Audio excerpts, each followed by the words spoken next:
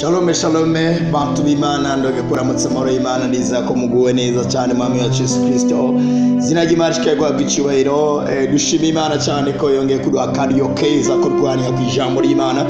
ndetse tuganira usanzwe bizini kwa pastor Ciza ko dushikaye kujana batari bwanyumve nabo niza ko abafatiyo ntangorane ariko baci basurima gato kugira ngo bakurikirane ibindi biganiro byinshi twaganiye kugira ngo dutere tujana. Haleluya haleluya. Niza ko muri kumurafashwa cyane ikiganiro ni Imana niyo buhungiro niza ko kiko kirabubaka cyane muri yo budasanzwe umunsi w'ejo twari ko twaganira ndabwira ko uyu munsi nza kujyana kanaka ndangiriza iki cigwa twatanguye miyinga irangiye cigwa twise ngo ukuganza kw'Imana niza ko mwubatswe cyane mu mpande zitandukanye rimande radenge sigabane sotoya urashobora kuzamura iganda tugasenga ko uyu munsi wa kabiri Imana duhaye kugira ngo tugane ku ijambo ryayo. That in the name of Jesus twagushimiye twakengurikiye akanya keza unge kuduha kugira ngo tugane ku ijambo ryayo twiza ku ijambo ryayo riza riganira ubuzima bwacu rikadukura ku cyavu rikatwicara kandi bikomangwa twiza ku ijambo ryayo namwe itotwe nziza. In the name of Jesus nta miryango itokugura nta minyo itoca nta migozi nimwe itocagagura impamvu tugizeye cyane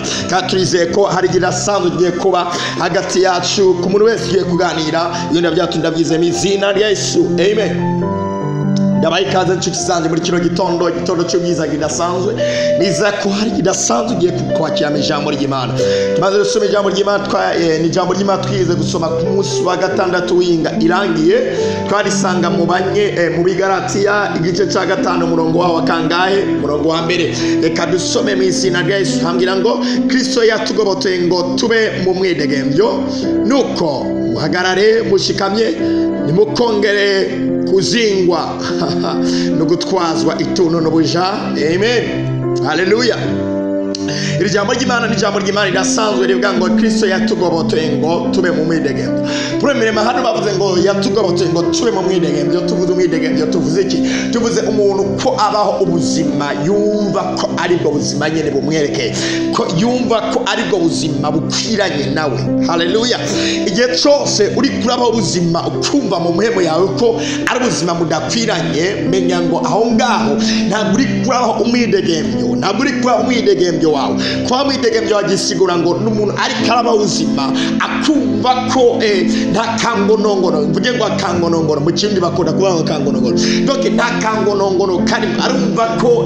ari karagendaho ari karaba ubuzima nyene bufatanye nawe arumva ko atagaho toro arumva ko nta gukandamizwa muri make icyo bita kuba umwidegembyo. Muri make igihe wakoze icyaha urumva ko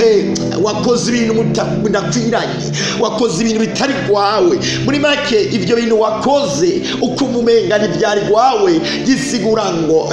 gisigura ngo uri kuraba ubuzima bwo gukandamiza ntabwo gukandamizwa ntabwo uri kurabaho umwidegembyo wawe. Ariko n'ijambo ry'Imana tugira ngo Kristo yatugobotoye ngo tube umwidegembyo rabezu demengeya re gusigura ngo umuntu wese yacungwe muri Kristo Yesu ategezwa kuba ubuzima yumva ko bukwiranye nico Yesu yakoze yumva ko bukwiranye n'icyatumye Yesu apfa agahabwa akazuka rabezurema. Ibamo ntabwiye ndabaza ikicigwa kivuga ngo ukuganza kwiki ukuganza kw'Imana gisigura ngo igihe ndiko ndabaho mu kuganza gisigura ngo kino kintu cyo kunkandamiza sindacemerera rimeto zube ndaganje ntegezwa kwa umwidegembyo wanje nawe kuganza n'Imana yo ntegezwa kubaho igifatanye nico Kristo Yesu nico gisigura ngo matika bazire cyo gisigura ngo kubaho umwidegembyo Kristo Yesu yampaye. Kristo ngo yatugobotoye yaducunguye abeside ngo tube umwidegembyo ndugu yangu nanije kutendege kugira ngo niwemere kubaho ubuzima na bumwe bwumva butaguha umwidegembyo bwumva butaguha kwidegembyo rimenti kabazire doke utegezwa kuba ubuzima bufatanye n'umwidegembyo w'igikorwa Kristo Yesu yakoze. Doke gisigura ngo ikintu cyose kitariko kitwemerera kuba umwidegembyo icyo cyaje kugukandamiza rero nate guhagurutsa ishavu geranda indani mu mwemo yawe yo tutemerera ikintu na kimwe kiza gutuma ubaho ubwami bw'ubuja ubaho nk'umuja. Ijambo ry'Imana rigira ngo twacunguwe kugira ngo nitwongere gutwazwa ituntu n'ubuja n'ubuja ribansi dekezire ntabwo turi abanyagano ntabwo twagize inyagano ntabwo tukiri inyagano z'umwanzi hama dutwazwe ituru n'ubuja hama ngo tubeho ubuzima budafatanye n'umwidegembyo rimenta kabare iyo uzuze ngo ndaganje simba ubuzima bufatanye n'umwijima simba ubuzima bufatanye na satani simba ubuzima bufatanye no gukandamizwa n'umwijima na muce ariga beso tokobani imwemu iganje regedezi erega nduguzangu n'ubunonge ndabibutsa Imana ivuze ngo tumuna aganze gisigura ngo nta kintu na kimwe kigomba kuba hejuru y'umwana w'Imana zima namwe asigedeke erega ndugu yangu iyo ngwara bakubwiye ngo nikira iyo nyene irikira tuma utabaho umwidegembyo muri Kristo izere ngo ndabaho umwidegembyo wo muri Kristo every basile nta ngwara itohunga nta mwijima numwe utohunga izina ryitwa Kristo ijambo ryibambira ngo Kristo Yesu yawe izina riheje yani mazina yose nawe ryo niryo zina wahawe risigura ngo corona kansere sida ayo mazina ayo n'amazina muga hari izina twahawe ryitwa Kristo iryo zina rirengeye ayandi mazina yo iryo zina risumba ayandi rigibadekeze risigura ngo kansere ihuye n'izina bita Kristo kansere ikihunga sida ihuye n'izina bita Kristo ikihunga amagetengete ahuye n'izina bita Kristo acahunga iryo niryo zina nahawe iryo niryo zina wahawe iryo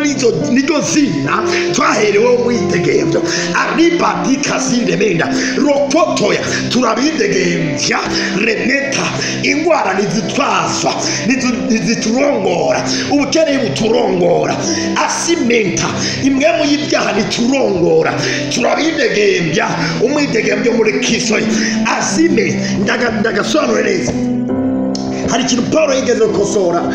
doke nibasi sinibuka kaba barabikorino bari bande numasa ariko ni kantu Paulo yigeze kwigisha ariko tumwidegembyo mwahawe nubakoresha bitari byo muri kumwidegembyo ariko navuga sumwidegembyo gukora ibyo mwijima numwidegembyo utobriza doke udurongora udutwara ugatuma tudakora ibidafatanye n'ubwami tuvamo